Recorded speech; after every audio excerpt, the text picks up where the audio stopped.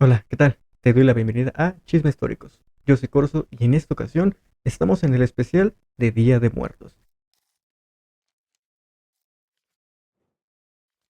Así que vamos a hablar del origen prehispánico, el origen cultural de esta hermosísima tradición que tiene México. Y cabe aclarar, para empezar, que no solo es una tradición mexicana, sino que es una tradición propia de todos los pueblos colonizados por el pueblo europeo, el pueblo español, o lo que hoy conocemos como el pueblo español, ¿va? Entonces, empezando por decir que no es una tradición 100% mexicana, sí comenzaré diciendo que además de que ha sido una investigación muy bonita, y es que personalmente la época de Día de Muertos, estas fechas son mis favoritas. Me gustan mucho los colores, la gastronomía que emerge, los olores, en general todo lo que hay en sí y todo lo que hay detrás de esa bonita tradición. Entonces, vámonos de lleno. ¿Por qué? Porque te voy a hablar de todos los paraísos que existían según la cosmovisión mexica, que ya sabes que por lo general me baso más en la cosmovisión, en los datos escritos, y hablo más de la cultura mexica o azteca que de otras culturas mesoamericanas de Centro y Sudamérica. ¿Por qué? Bueno, porque la poquísima audiencia que me ve y que me escucha, pues es de México. Entonces, los aztecas eran de aquí, por lo que no está de más, al menos es la idea que tengo, que la historia que analicemos, que vamos y que descubramos, sea precisamente de donde somos originarios. Entonces, te digo, vamos a hablar de un poquito de la cosmovisión, de cómo veían la muerte estas personas, estos pueblos originarios de Mesoamérica. Vamos a hablar un poquito de los inframundos que había, que ya más adelante vas a ver que no había solo un inframundo, sino que había varios. Vamos a hablar de las condiciones que había que tener para entrar o acceder a estos inframundos, una que otra detalle, uno que otro detalle en cuanto a eso. Y básicamente te voy a explicar los orígenes, cómo es que veían la muerte y en general la vida después de la muerte, según los antiguos mesoamericanos, un poquito a grandes rasgos de cómo fue este mixeo, esta combinación, esta mezcla en cuanto a la cultura europea española y la cultura mesoamericana azteca. También al final, una vez que te explique esto, que te digo, no pretendo que sea un capítulo largo, aunque por lo general digo que no me quiero extender y terminamos con capítulos de 40 minutos. Sin embargo, al final de lo que te voy a platicar, también te voy a leer tres historias. No es precisamente de terror, porque esa no es la dinámica de este podcast. Sin embargo, sí son historias referentes al Día de Muertos en México. Estas historias las saqué de una página oficial de gobierno, por lo que no te vas a encontrar con una historia larga, tampoco te vas a encontrar con una historia cuyo fin sea asustarte. Lo único que te vas a encontrar es una historia que ejemplifica, narra, evidencia y como que saca a relucir por medio de letras un poquito de lo que es la cultura mexicana en cuanto al Día de Muertos. Entonces, metiéndonos ya de lleno en el episodio de hoy, voy a comenzar diciéndote que los latinos, no, los nativos mesoamericanos ya tenían la concepción de una vida después de la muerte, o que al menos existía algo más allá después de una muerte física. Va que va, entonces, para la cultura maya, que en México hubo dos grandes culturas, que fue, bueno, hubo muchísimas otras, ¿no? Pero las más reconocidas es la cultura azteca o mexica y la cultura maya. Para los mayas se decía que había una entidad, tanto para mayas como para los aztecas, se decía que había un algo, como que una esencia, una entidad, un espíritu, algo cercano al alma que existía en todos los seres humanos. Y que una vez que de manera física el cuerpo había muerto, esta esencia del cuerpo, podemos llamarlo como que la parte del alma que nos conforma a todas y a todos, se liberaba, dejaba de estar como que atada al cuerpo físico y entonces esta emprendía un largo viaje. Ahora bien, para los mayas, a esta entidad la llamaban Ool, u Ol. Sin embargo, para los aztecas o los mexicas es Teyolía.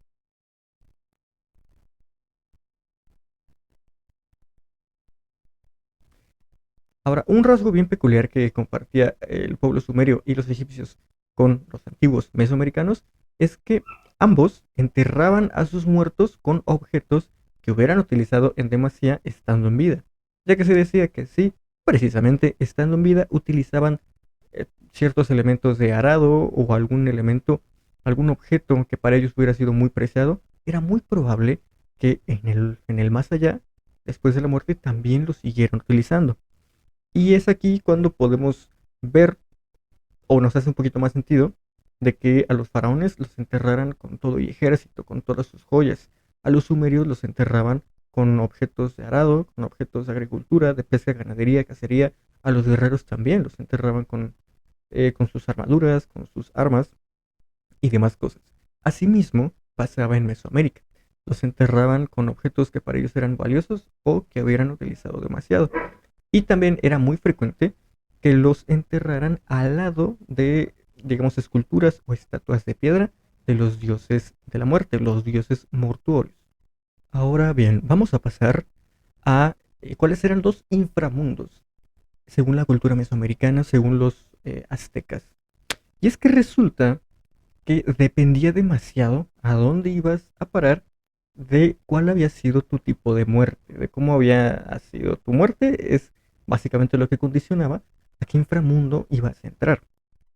Y no es que quiera compararlo con las alegorías de la Divina Comedia acerca de los siete círculos del infierno, según Dante Alighieri, sin embargo, como que tiene uno que otro ligero coqueteo, nada más que en este caso hay diferencias muy notables. Y es que el Tonatiuh o Tonatiuhcan, o vaya, hay muchas maneras de pronunciarlo, sin embargo, una de las reglas del español es que si no sabes cómo se pronuncia en su idioma original, lo pronuncies como se escucha. Entonces, Tonatiuhcan era el lugar, era el inframundo, digamos que gobernado o a cargo de Tonatiuh, el dios Sol.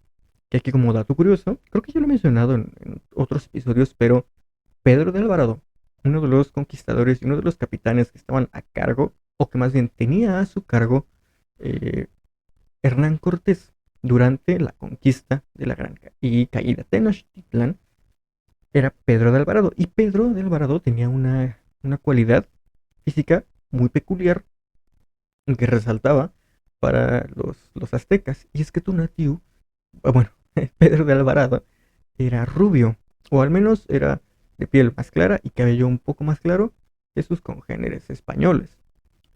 Ahora, Tonatiuh es el dios sol, significa sol, y el sol brilla, el sol es espléndido, el sol es amarillito en algunos casos. Entonces, a Pedro de Alvarado le decían Tonatiuh por su peculiar tono de piel, ojos y cabello.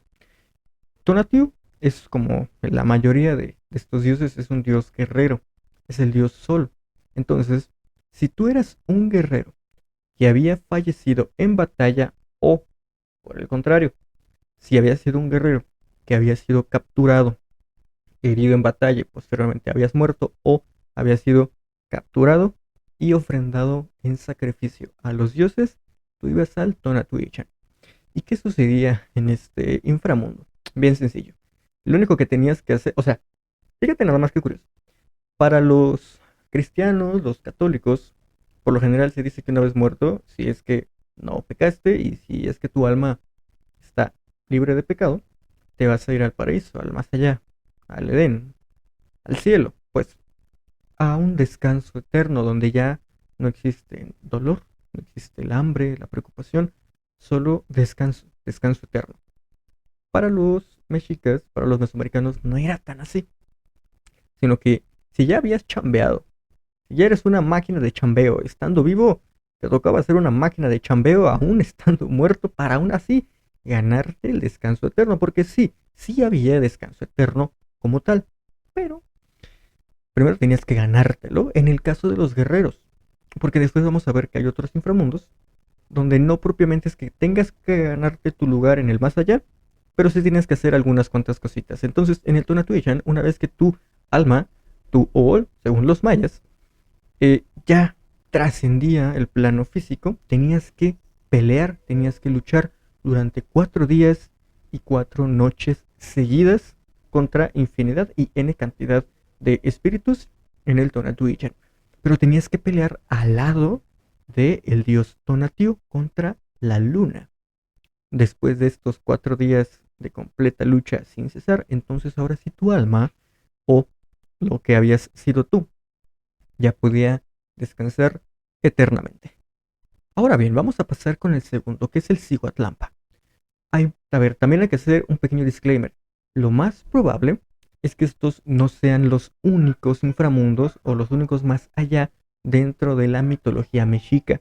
¿Por qué? Bueno, hay que destacar que esta mitología, que una mitología en esencia y para no complicarnos, es una religión muerta.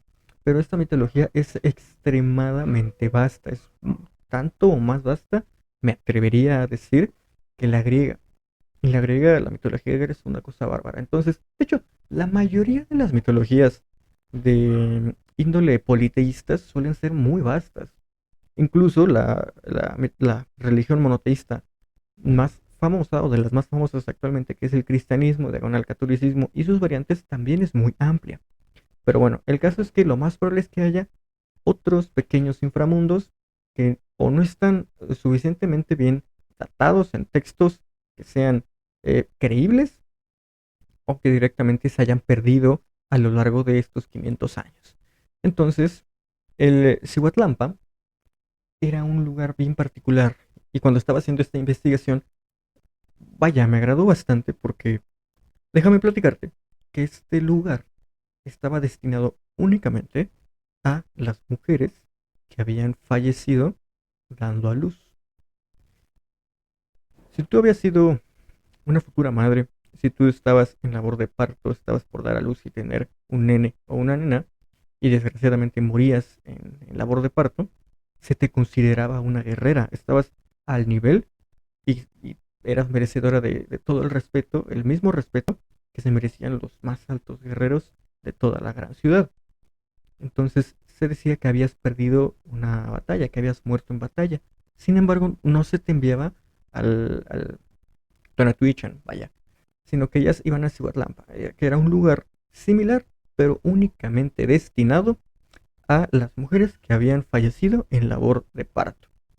Pero, ¿qué sucedía con ellas? Sucedía algo muy curioso, y es que ellas no tenían que hacer ninguna tarea extra. Lo único que tenían que hacer es estar ahí un ratito para que después su alma se convirtiera en un cihuateteo. Que es un nombre muy raro, pero bueno, básicamente los o las Cihuateteo eran como almas, eran como entes o espíritus elementales dedicados a acompañar a Tonatiuh. Mientras si tú habías sido un varón que murió en combate y te tocaba pelear con Tonatiuh, o sea, hombro con hombro con el dios Sol para derrotar a la luna, bueno, las Cihuateteo solo eran almas que acompañaban a este mismo dios, pero no entraban en batalla. Pero ¿qué sucedía con tu bebé? ¿Qué sucedía con tu nene o nena que por desgracia no pudo lograr? En caso de que así haya sido, porque bien sabemos que hay veces en las que o se salva la cría o se salva la madre, pero bueno, en caso de que un niño o una niña muriera antes de los 4 años de edad, también había un inframundo destinado para él. Y debo decir que, o sea, acabo de pecar de que tuve que leer de nuevo el nombre porque es un nombre bastante complicado de pronunciar para la lengua española. Y es que es el Chichihuatlauco. El Chichihuatlauco es, de nuevo, un inframundo única y exclusivamente dedicado a aquellos niños y niñas que habían fallecido antes de los 4 años de edad. No importando cuál había sido la causa de muerte, pero si tú habías muerto antes de los 4 años de edad, te tocaba ir ahí. Y básicamente, ¿qué iban a hacer? Bueno, en el Chichihuatlauco, perdón, había un árbol, el árbol nodriza, el árbol madre, donde estos niños se sentaban en las faldas, en la sombra de este árbol. Ah, es algo muy bizarro, pero se sentaban a beber, a alimentarse de la leche que de él emanaba, esperando a que eh, próximamente pudieran reencarnar de nuevo. Entonces, tú, mamá, que habías fallecido en labor de parto, te tocaba ir a un lugar donde ibas a acompañar al dios Sol. Y tu nene o tu nena iba a un lugar a seguir alimentándose para esperar a reencarnar en otro bebé. Ah, se me acaba vaya, me acabo de acordar un detalle particular y muy, muy interesante que tiene que ver con la mitología puntualmente mexica. Es referente a los guerreros. Y es que una vez que tú peleabas 4 días y 4 noches después después de un rato, a ver, cabe aclarar, y por lo que te voy a decir y por lo que ya has estado escuchando, la reencarnación sí existía en la cosmovisión mesoamericana, en la cosmovisión azteca. Vaya, sí existía, no es como que las almas fueran únicas de un solo uso y ya, por así decirlo. Sino que sí, vas a descansar, sí, tenías labores en el más allá, pero también después de un rato te tocaba reencarnar en algunos casos y completar el ciclo, porque no es un ciclo de un inicio y un fin, es algo cíclico, donde la muerte realmente solo es el inicio de algo más y el final de esa muerte vendría a ser el inicio de lo primero que desencadenó lo segundo. Vaya, la vida y la muerte es un solo círculo, es algo sin fin. Entonces, estos guerreros, después de un rato, reencarnaban en colibrís. Si bien ya no reencarnaban en seres humanos de nuevo, sí lo hacían como colibrís. Y pregunta rápida, trivia rápida. ¿Qué dios de la mitología mexica tenía como animal espiritual o se podía transformar en un colibrí? Te doy 5 segundos, porque ya lo hemos mencionado. 5 segundos.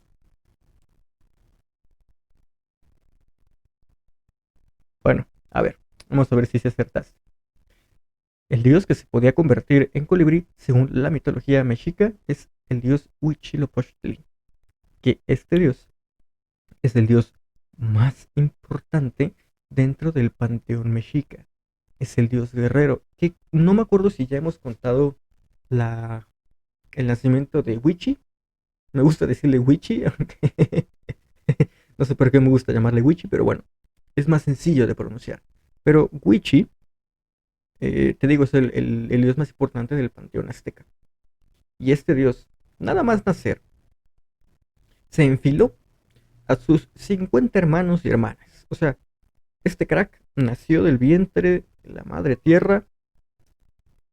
O sea, él ya sabía desde el vientre de su madre que sus hermanos y hermanas se lo querían cargar. Y dijo, sí, bien sencillo. Él nace imbuido en armadura, nace con sus armas, pero no nace en la forma de un bebé, como sería usual, sino que él ya nace siendo adulto.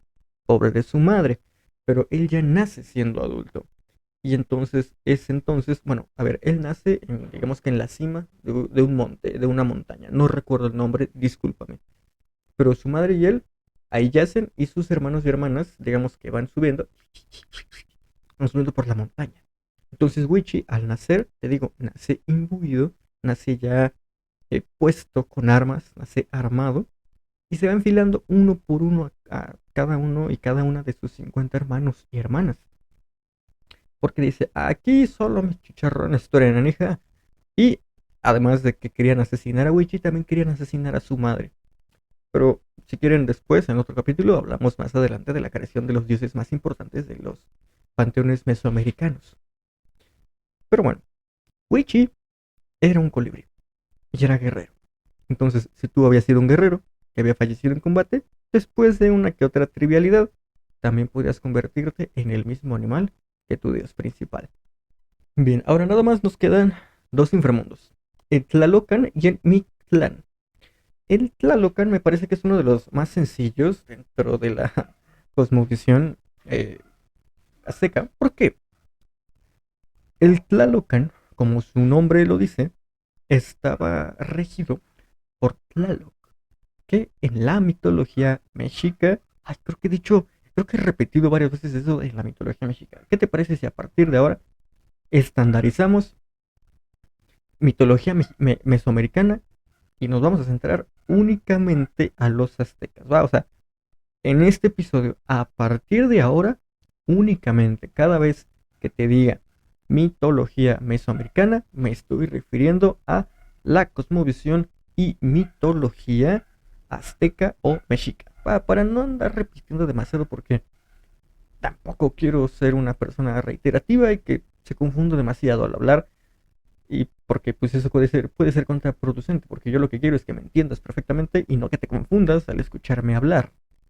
Entonces, el Tlalocan En la mitología mesoamericana estaba regido o estaba a cargo de Tlaloc, que Tlaloc era el dios de la lluvia, el dios del agua, el dios de muchas cosas. Tú bien sabes que estos dioses estaban a cargo de un montón de cosas y había dioses para todo. O si un día te dolía una uña, le voy a rezar a tal dios para que se me quite el dolor de uña. Y si yo soy un campesino, tengo un dios del arado, un dios de la lluvia, un dios de los ríos, dios de los mares, dios del cielo, dios de la guerra, dios del amor, diosa de la... Ay, diosas y dioses para todo. Me choca eso, porque luego para memorizarte los nombres es un rollo, pero bueno, me estoy desviando. El Tlalocan era un lugar, creo que es el más cercano a lo que podríamos concebir como el paraíso, según la religión católica y cristiana. ¿Por qué?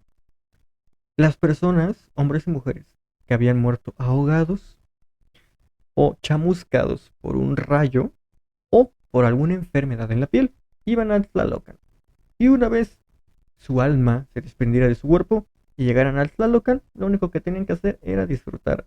Básicamente era el descanso eterno que tanto se merecían y lo único que tenías que hacer, lo único que tenías que hacer era morir ahogado, chamuscado por un rayo o por alguna enfermedad en la piel. Nada más. Simple y sencillo. Ahora vamos a pasar con el quizá más famoso de los inframundos mesoamericanos, que es el Mictlán. El Mictlán estaba regido por el dios de la muerte o uno de los dioses mortuorios más, ¿cómo decirlo?, famosos dentro de este panteón, que es Mictlantecutli. Va de nuevo, se llama Mictlantecutli, ¿va? Sin embargo, Mictlantecutli no regía solo. Vaya, hay muchos dioses que dentro de estas mitologías hay unos perros aquí al lado que me van a sacar unas canas verdes, pero que no tienes una idea. Me quiero volver chango. O sea, a cantidades abismales. Esa es una de las razones principales por las que suelo grabar en la madrugada. Porque ya no hay tanto ruido. O sea, son las 10 de la noche y hay ruido. Y eso, la verdad es que me molesta demasiado. Más porque luego tengo que andar quebrándome la cabeza editando el audio. Que no soy bueno editando audio, por eso es que me cuesta tanto trabajo, pero bueno. El Mictlán, regido por Mictlantecutli, me parece que es uno de los inframundos más famosos dentro de lo que cabe. Sin embargo, Mictlantecutli, a diferencia de algunos otros dioses del panteón mesoamericano, no regía solo, vaya, no era un dios en solitario, sino que él tenía una esposa, tenía una, ¿cómo decirlo?, concubina, amante, tenía una mujer, vaya, tenía pareja, por así decirlo, vamos a dejarlo así. Y la pareja de Mictlantecutli era Mictecacihuatl. Ah, chingada madre. Mictecacihuatl. Vaya, los nombres son difíciles de pronunciar para la lengua española. Si quieres, después luego hablamos del por qué pronunciar algunos nombres o términos resulta ser más complicado para algunos idiomas que para otros. Y es que esto tiene que ver con los orígenes latinos y griegos y la mezcla de estas lenguas que después desencadenaron las lenguas romance.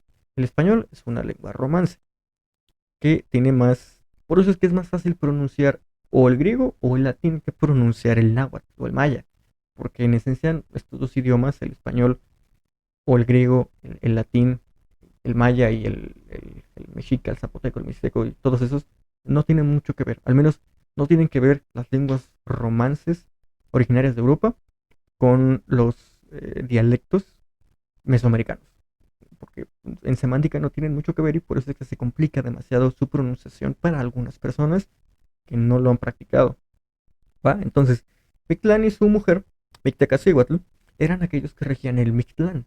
En el Mictlán iban todas aquellas personas que no encajaban dentro de los requisitos de los inframundos mencionados anteriormente.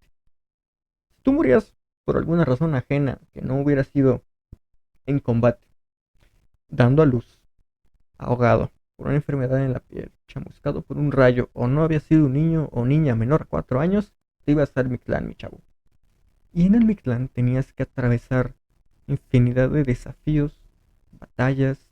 Era un largo, largo, largo camino para poder llegar ante los pies y el trono de Mictlantecutli y Mictecacihuatl.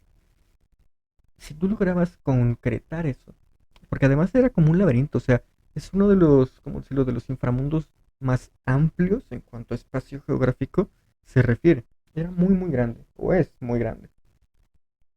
También por eso es que después con la, bueno, las cruzadas evangélicas, por así decirlo, o las órdenes para evangelizar a estos pueblos una vez conquistados por los españoles, muchos decían que realmente sus edenes, o los paraísos, o los inframundos mesoamericanos, solo eran representaciones del infierno, porque para la cultura cristiana y católica, que en ese entonces solo era católica, oye, te decían, es que después de la muerte voy a ir a un lugar donde debo estar 4 días y 4 noches peleando, o donde voy a ir a un inframundo que debo cruzarlo por completo, y siempre está a oscuras, es lúgubre y debo agarrarme a golpes con N cantidad de criaturas. Pues obviamente los sacerdotes, obispos y padrecitos de ese entonces decían, mano, es que eso es el inframundo. Aquí te tengo yo al Dios, el único Dios que existe, que va a existir por los siglos de los siglos, amén. Y que lo único que tienes que hacer es creer en Él, seguir sus designios, no pecar, y lo único que te espera después de morir es el descanso eterno. Pues haciendo el contraste, claramente pareciera que uno es mejor que los otros, pero pues depende mucho de las culturas, ¿verdad? Ahora, aquí viene un detalle muy sabroso de la cultura mexicana en general, y es que de seguro ubicas a los Xoloscuincles, estos perros que junto a la raza chihuahua son de los perros más mexicanos que tú te puedes encontrar. Y es que los cholos en general, y en particular eran los perros designados para acompañar a las almas en el Mictlán, para guiarlos en el Mictlán y llevarlos al más allá. Entonces, todos los perritos, los perros que habían fallecido, eran automáticamente ascendidos a guías espirituales. Y estos eran los que te iban a precisamente a guiar y a llevar por el Mictlán.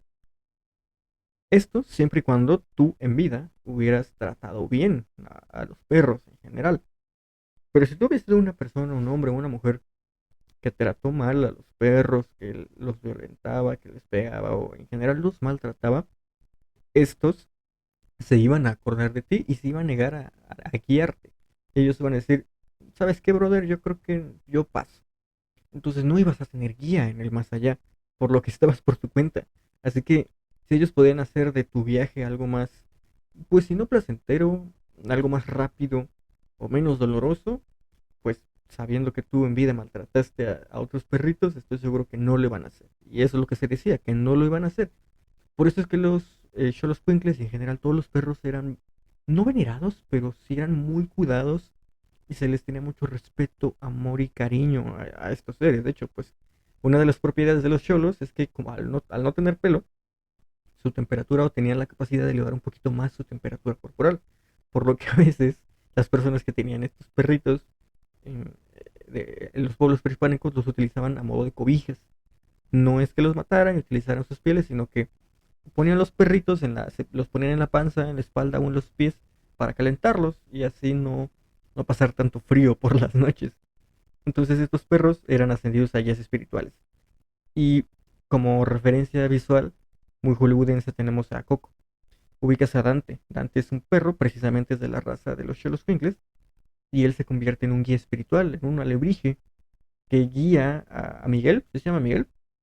Bueno, guía al niño humano a- a- en el otro mundo a concretar sus objetivos, porque pues se supone que Miguel en vida o estando en la tierra de los vivos se había comportado muy bien con Dante. También otra referencia visual de esto que tenemos de la relación humano-perro en vida y en muerte es en el cadáver de la novia, cuando Scraps, si no me equivoco, se reencuentra con Víctor o Víctor se reencuentra con Scraps. Ambos se emocionan y de cierta manera el perrito le ayuda a Víctor en una que otra tribulación o al menos lo acompaña en los momentos difíciles y en los momentos amenos estando en el otro mundo. Bueno, entonces básicamente a eso se refieren los vastos y varios inframundos en la mitología mexica. Ahora bien, vamos a pasar a lo siguiente. La mezcla de culturas. ¿Cómo fue que pasamos de adorar o de creer que hay una vida cíclica de la reencarnación después de la muerte, y de que si habías sido un guerrero ibas a reencarnar en un colibrí después de haberte agarrado a madrazos durante 4 días y 4 noches, y que si habías muerto dando a luz ibas a convertirte en un ser que iba a acompañar al dios Sol, y todo esto. ¿Cómo es que pasamos de ello a simplemente que el día 1 y el día 2 nosotros pongamos un pancito de muerto, pongamos lo que a nuestro santo difunto le gustaba en vida y ofrendas en general? Bueno, esto vino a raíz de... Se me acaba de ir el nombre. No puede ser. Evangelización. Ok, creo que es el término más correcto que recuerdo. Pero bueno, a ver. Resulta que una vez conquistados estos pueblos y una vez instaurada la Nueva España, existe algo que se llaman las leyes de Indias. No recuerdo si ya lo habíamos mencionado antes, pero bueno, las leyes de Indias eran leyes instauradas por la corona española, la corona de Castilla, para de cierta manera respetar o evitar que se cometieran atrocidades contra el pueblo nativo de la Nueva España, que como tú bien sabes, sirvió para dos cosas las leyes de Indias. ¿Cuáles fueron estas dos cosas? Bien sencillo, nada y una chingada. Básicamente eso es para lo que sirvieron las leyes de Indias, porque no se respetaban. Entre ellas, las leyes de Indias decían que no se podía juzgar por herejía a una persona, a un nativo, que en primer lugar no conociera la religión cristiana, que no conociera a Dios o que no haya sido bautizado. Y de hecho, un pequeño paréntesis, una de las sugerencias que me hicieron hace poquito de uno de los temas a abordar en este proyecto y que me gustó bastante fue hablar de la Virgen de Guadalupe. ¿Cómo es que la Virgen, la Morenita, como algunos la conocen, es una entidad tan importante dentro de la cultura mexicana puntualmente? Y es que bueno, esto lo vamos a dejar para otro episodio, pero tiene mucho que ver. Tiene mucho que ver con el tema de la evangelización. Y es que los sacerdotes, a ver, había varias órdenes. Y con órdenes me refiero como a varios partidos, por así decirlo, varias asociaciones, y cada quien tiene una interpretación diferente de la Biblia o de signos particulares. Había órdenes que se caracterizaban por ser muy austeras, muy austeras, y me parece que había una que hasta se rapaban aquí como que la pelona. No recuerdo si eran los jesuitas, los franciscanos o los agustinos. Creo que no existían los agustinos, solo eran las agustinas. Pero bueno, no recuerdo bien cuáles eran, pero aquí estoy dejando la nota a pie de video. Y había otras órdenes que se caracterizaban por ser opulentes, por ser ostentosas, por portar collares, cruces de oro, de metales preciosos. Entonces cada una tenía visiones particulares de lo que se tenía que hacer en la Nueva España. La visión general era que se tenía que erradicar las creencias paganas, o sea que se tenía que erradicar esta religión que hoy conocemos como mitología, para que los nativos dejaran de creer en Huichi, dejaran de creer en Mictlantecutli y en Mictlacihuatl, sí, vaya, en todos esos dioses, en Tlaloc, en el espejo humeante, en la serpiente emplumada, que dejan de creer en todo eso para que ahora solo creyeran, solo lo oraran y tuvieran fe ante un Dios, Yahvé, o Jehová, o Él, o Dios, depende de cómo lo conozcas, ¿no? Porque solo le tuvieran fe a un solo Dios, pasar de una religión politeísta a una religión monoteísta. Y dentro de las cosas que decidieron hacer fue decirles, mira, brother, básicamente a quien tú le rezas es lo mismo que este otro brother, pero con otro nombre y con otra imagen. Así que no le reces a él, mejor rézale a este otro. ¿Sí o no, padrino? Bueno, va, bien sencillo. Entonces muchas veces pasaba eso. Como que convertían las creencias nativas y las adaptaban a la fe cristiana, donde muchas veces muchos personajes y santos eran uno solo, eran como que uno mismo o adaptaciones de algo ya existente, para que entonces no fuera tan pesado para estos nativos dejar de creer en algo de la nada y empezar a creer en otra cosa. Porque si de un día para otro llegara alguien y te dijera, ¿sabes qué, brother? Todo lo que tú crees está mal y te voy a castigar por creer en lo que has creído toda tu vida. A partir de mañana Solo vas a creer en el dios tortilla, por ejemplo. Por poner un ejemplo muy burdo. Solo vas a creer en el dios tortilla. Y si no crees en el dios tortilla, te mato. Y me quedo con tus tierras, y con tu mujer, y con tu riqueza, y con tu apellido, y quemo tu casa, y todo eso. Y te hago confesar que eres hereje, y que eres brujo, y te torturo. Todo eso pasaba. Era muy difícil lograr eso. Y era más sencillo decir, mira, brother, este dios tortilla es el mismo dios chile al que tú le rezas. Nada más que le estás rezando mal. La forma en la que tú le rezas está equivocada. La forma en la que yo te pido que le reces al dios tortilla es la correcta. Es lo mismo, brother. Nada más, rézale a este. Y era más sencillo convencerles de este tipo de cosas. Entonces se fueron adaptando porque obviamente es parte de la condición humana no querer dejar de la nada tus costumbres. Hablamos de cultura inmaterial. La cultura inmaterial y la cultura material es de lo más importante que puede tener el ser humano, porque eso se genera a lo largo de generaciones enteras. Es algo que no te puedes desprender de ello. Un ejemplo de cultura inmaterial, pues tenemos el hecho de sentirnos mexicanos o sentirnos felices cada vez que suena el son de la negra, por ejemplo. Otro rasgo de cultura inmaterial, si bien es bueno, a ver, obviamente hablamos de las tradiciones, como festejar el Día de la Independencia, el Día de la Revolución, festejar Navidad, festejar el Día de Muertos propiamente. Eso es cultura inmaterial. La cultura material pues se puede dividir en muchas ramas, ¿no? Cultura inmaterial, perdón, cultura material bélica, cultura material gastronómica, cultura material de herramientas, cultura material de arado, un montón de cosas, ¿no? Pero, por ejemplo, tenemos la tortilla, tenemos el vestir ciertos colores, utilizar el sombrero, identificar a los mexicanos como que con un bigotito y un sombrerote. Ay, empezó a ladrar un perro de la nada y de fondo. Solo espero que no se esté escuchando demasiado o que al menos lo que yo estoy escuchando acá después se puede escuchar menos en edición, pero bueno, cosas que pasan viviendo en el tercer mundo. ¿En qué me quedé? Ah, sí. Entonces, a eso me refiero con cultura material y cultura inmaterial. Pasan los años y se fueron mezclando ambas tradiciones. Eh, Resulta que tanto en la Nueva España como en España se instaura el día 1 de noviembre como el Día de Todos los Santos, donde dicen, este día, 1 de noviembre, se rinde homenaje, se festeja y se ofrenda a todos los santos dentro de nuestro panteón religioso. El día 2 es el Día de los Santos Difuntos o de los queridos difuntos, el Día de Muertos, básicamente. Entonces se instaura lo que hoy conocemos como Día de Muertos.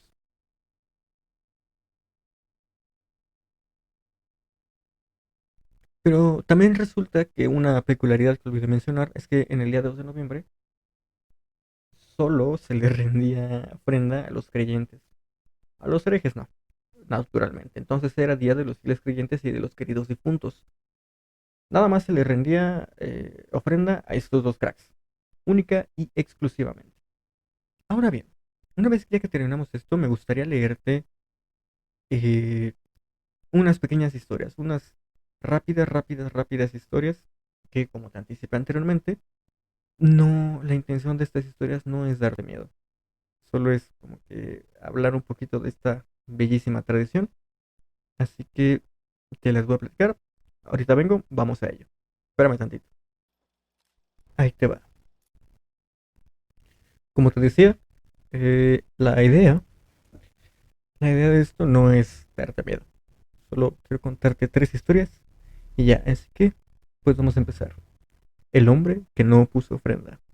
Había un señor que no quería ser todos santos. Dice que no era cierto, que no vienen, y se burlaba de todos aquellos que sí creyeran. El día de todos los santos se fue al monte por leña, y allá lo espantaron los muertos, que le dicen, ¿por qué otros nos están dando y tú no?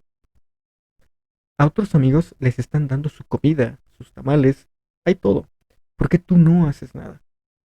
Todavía llegó a su casa con trabajos y pensó, si es cierto lo que dicen, hay que hacer todos santos. Pero ya era tarde, se estaba muriendo. Ya se apuraron a buscar pollo y cosas, pero ¿de qué servía? Se murió en el monte porque no quiso hacer todos santos. allá lo espantaron. Por eso es que toda la gente ya hace Todos Santos. Y la siguiente es, el hombre que no respetó el Día de Difuntos. En cierta ocasión, un hombre no respetó el Día de sus difuntos. Se trataba de un hombre que no quería perder un solo día de trabajo en su parcela. Así que cuando llegó la fecha de celebrar el Día de Difuntos, se dijo, no voy a perder mi tiempo en este día. Debo ir a trabajar mi parcela. Cada día debo buscar algo para comer y no voy a gastar mi dinero para esta fiesta, que además me quita mucho tiempo. Así que se fue a trabajar al campo, pero cuando estaba más ocupado, escuchó una voz que salió del monte y le decía, hijo, hijo, quiero comer unos tamales. El hombre se quedó muy sorprendido y pensó que era su imaginación la que le hacía oír cosas, pero poco después escuchó claramente otras voces, como de personas que conversaban entre sí y lo llamaban por su nombre.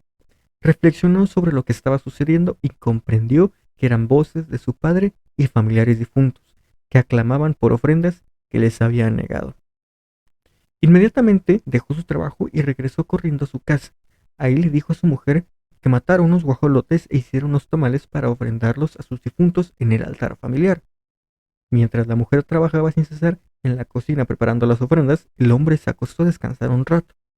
Cuando todo quedó listo, fue la mujer a despertar a su esposo. No logró despertarlo, pues el hombre estaba muerto. Aunque había cumplido con lo que le pedían sus familiares difuntos, estos de todos modos se lo llevaron. Es por eso que en la Huasteca se cree que es una obligación preparar ofrenda para los difuntos de esta forma. Es por eso que en la Huasteca se cree que es una obligación preparar ofrenda para los difuntos. De esta forma se les complace y se comparte junto con ellos la alegría que se vive en familia. Por eso nunca se debe dejar de ofrendar a los muertos el 2 de noviembre. Se prenden cohetes y bombas para que su ruido espante al demonio.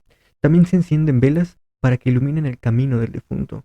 Si a éste le gustaba mucho el aguardiente, por ejemplo, se le debe comprar y poner en el altar para que lo tome.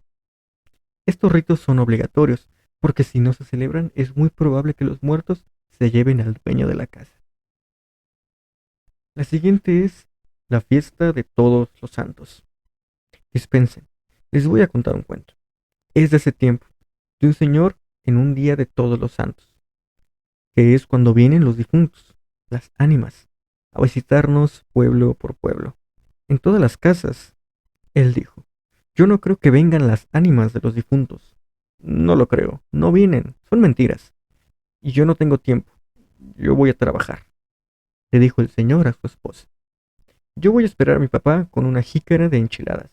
Él siempre comía ramas de wax tierno. Eso le voy a poner en el altar. Y así lo hizo. Bueno, pues se fue a trabajar. Trabajó todo el día, el mero día de todos los santos, el día de los grandes, de los mayores, porque primero es el día de los chicos, dicen. Amaneció, se fue a trabajar. Estaba trabajando duro y de pronto se escuchó ruido de gente que platicaba en el camino. Pasaban muchos, iban contentos, unos cantando, otros bailando contentos. Vio que pasaban muchos, llevaban canastas en la cabeza y cargaban chichihuitles en el hombro. Todos llevaban regalos, las ofrendas que habían recibido.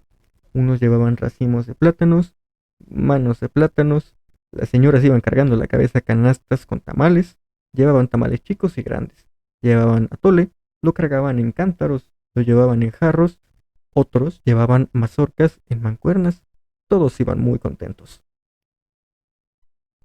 Entonces el señor pensó, ya veo que esas personas no son gente de verdad, porque no las conozco. Van otros señores que hace años he visto.